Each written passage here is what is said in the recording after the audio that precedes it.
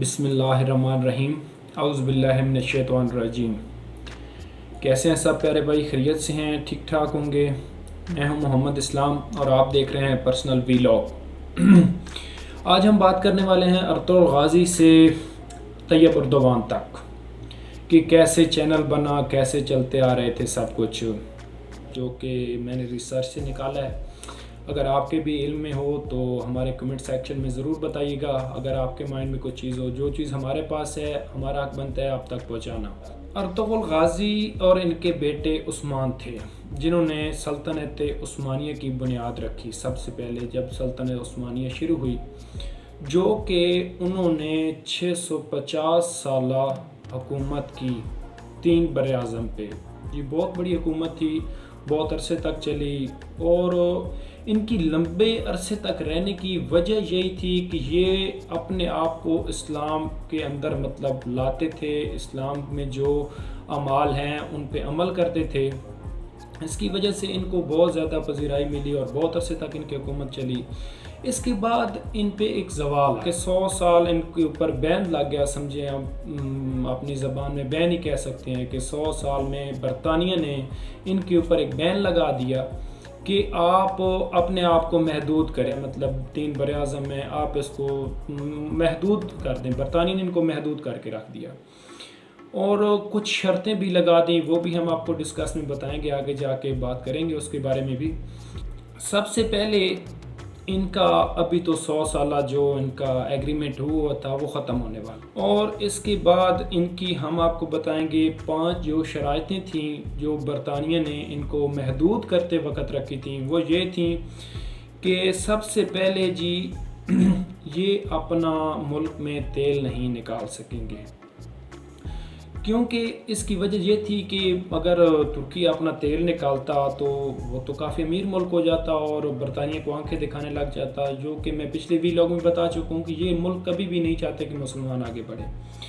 دوسری بات یہ تھی کہ اپنی خلافت عثمانیہ کو ختم کر دیں، اس کا مائنڈ اپ کلوزنگ کر دیں اس کی، کہ آگے یہ نہیں اور جا سکے گی، یا فار ایگزامپل آپ کچھ بھی کہہ سکتے ہیں کہ اس کو ختم، اس کا چیپٹر ہی بند کر دیے۔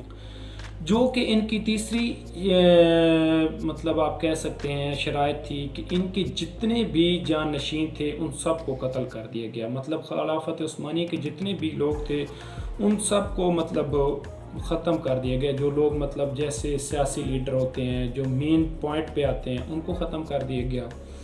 چوتھی ان کی شرائط کہ جی ترکی کو ایک عام ریاست بنا دیا جائے، ترکی جو تھا ایک عام سا ملک بن جائے، جیسے ریگولر ہیں اتنا بڑا یہ بہت، کیونکہ آپ کو پتہ ہے 3 براعظم ہے اس طرح کنٹرول کرنا یہ ان کے بس، کیونکہ اسلام کو اپنے اوپر نافذ کرتے تھے اس لیے یہ اتنے غالب رہے، ورنہ کوئی کچھ بھی نہیں کر سکتا تھا۔ خانہ کعبہ کے اوپر ان کی جو چیزیں تھیں وہ ختم کر دی گئیں، خانہ کعبہ کی ذمہ داری پہلے انہیں تھی۔ ابھی جی 100 سالہ زنجیر ٹوٹنے کو ہے۔ 100 سالہ زنجیر جب ٹوٹے گی تو سب سے پہلے ترکی چاہے گا کہ وہ جناب اپنا جو خانہ کعبہ ہے وہ ان کو ان کی ذمہ داریاں واپس دے دی جائیں۔ ابھی دیکھتے ہیں، ووٹ کاسٹنگ ہوگی، اس کے بعد پتہ چلے گا، ووٹ ہوں گے، سب دیش آپس میں جتنے بھی مسلم ہیں، جیسے پاکستان ہے، ایران ہے، اور بھی کافی سارے ہیں، انڈیا کا ووٹ لازمی جائے گا کیونکہ اس میں اکثریت ہے مسلمانوں کی۔ یہ دعا کرتے ہیں جب خانہ کعبہ میں جاتے ہیں، یہ لوگ دعا کرتے ہیں کہ یا اللہ ہمارے ساتھ ناراضگی ختم کر دے، یا اللہ ہم پہ جو ہم سے کوئی غلطیاں کوتاہی ہوگی ہمیں وہ معاف کر دے۔